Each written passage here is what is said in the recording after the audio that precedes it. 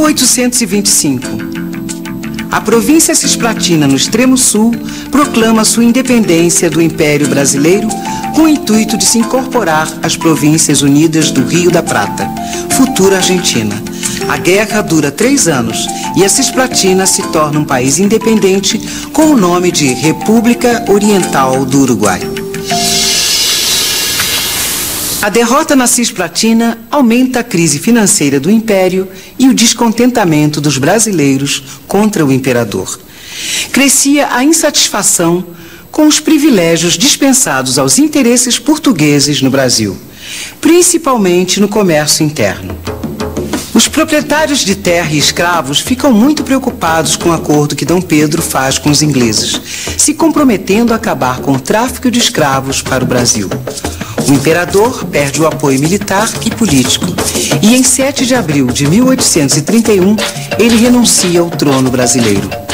O trono passa a ser do filho do imperador, um menino de apenas 5 anos de idade, que também se chama Pedro. Dom Pedro I deixa seu filho entregue aos cuidados de José Bonifácio. Feito isso, volta para a Europa, onde morre em 1834. Ô Vicente, eu estava pensando numa coisa. Como uma criança de 5 anos podia ser imperador e governar o Brasil? Não, é claro que não podia, né? Então o que eles fizeram? Seguiram a lei, Gil. Mas que lei, Vicente? Que lei? A Constituição de 1824. Olha, desse assunto eu entendo, presta atenção. O negócio é o seguinte, enquanto o imperador fosse menor de idade, o país ia ser governado por uma regência que inicialmente era composta por 3 pessoas. E que a partir de 1834 se transformou numa regência una, ou seja, uma pessoa só na regência. E assim o país foi governado até 1840, quando o jovem Dom Pedro assumiu o trono com apenas 14 anos. 14 anos? 14 anos. As mudanças foram grandes, não é? Em vez de um país governado por um imperador todo-poderoso, nós tínhamos agora um país governado por regentes, que tinham a sua autoridade muitas vezes contestada. Para muitos, era a oportunidade de se proclamar a república. Para outros, era a chance das províncias terem muito mais autonomia. Aliás, um fantasma começava a rondar o jovem país. O perigo da rebelião social e da desintegração territorial. 1831, 1832. Só no Rio de Janeiro estouram 5 levantes populares protestando contra os altos preços dos alimentos. As forças militares da capital reagem com violência e as revoltas são sufocadas. Nas outras regiões do país, de norte a sul, também pipocam conflitos. O exército imperial, desorganizado e mal equipado, não merece a confiança do governo. A saída é criar a Guarda Nacional, incumbida de manter a ordem no município onde fosse formada. E não faltam revoltas para combater.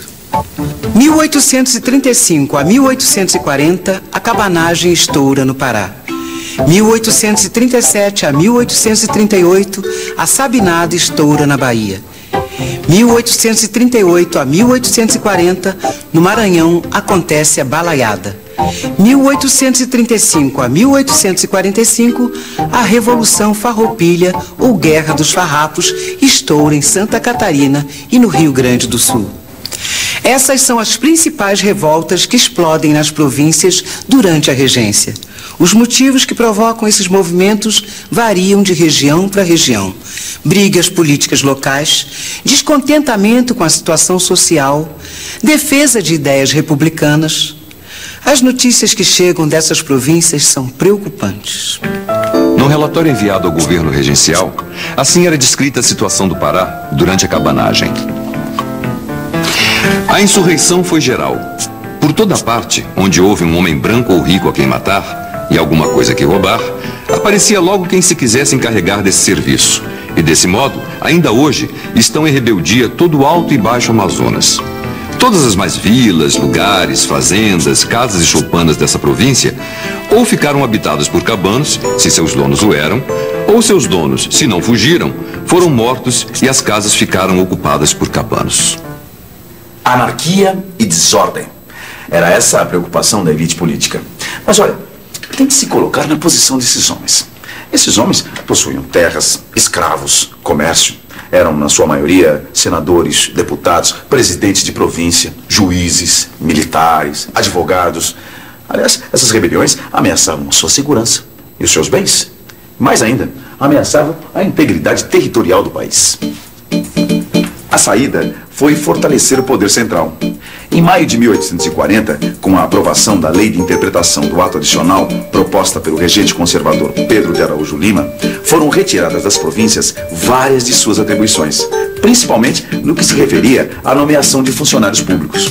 Em julho, graças à iniciativa dos liberais, foi decidida a antecipação da maioridade de Pedro II, que assim pôde subir ao trono.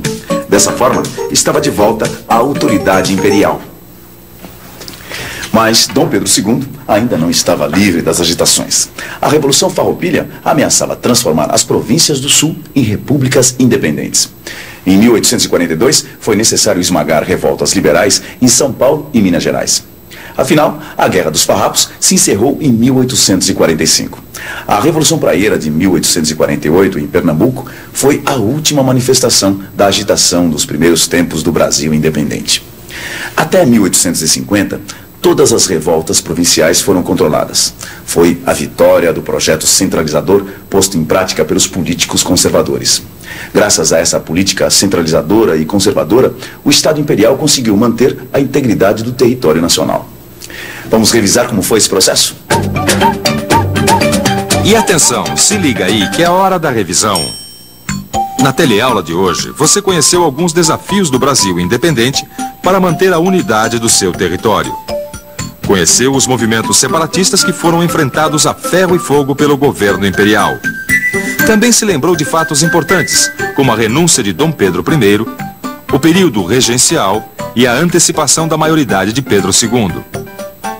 Você também viu que a saída para acabar com as rebeliões e manter a unidade do território foi a centralização do poder imperial. Na próxima teleaula, vamos examinar outros desafios que se colocavam para a jovem nação brasileira. Um desses desafios era o de definir o povo brasileiro. Quem faria parte da sociedade e quem ficaria fora dela?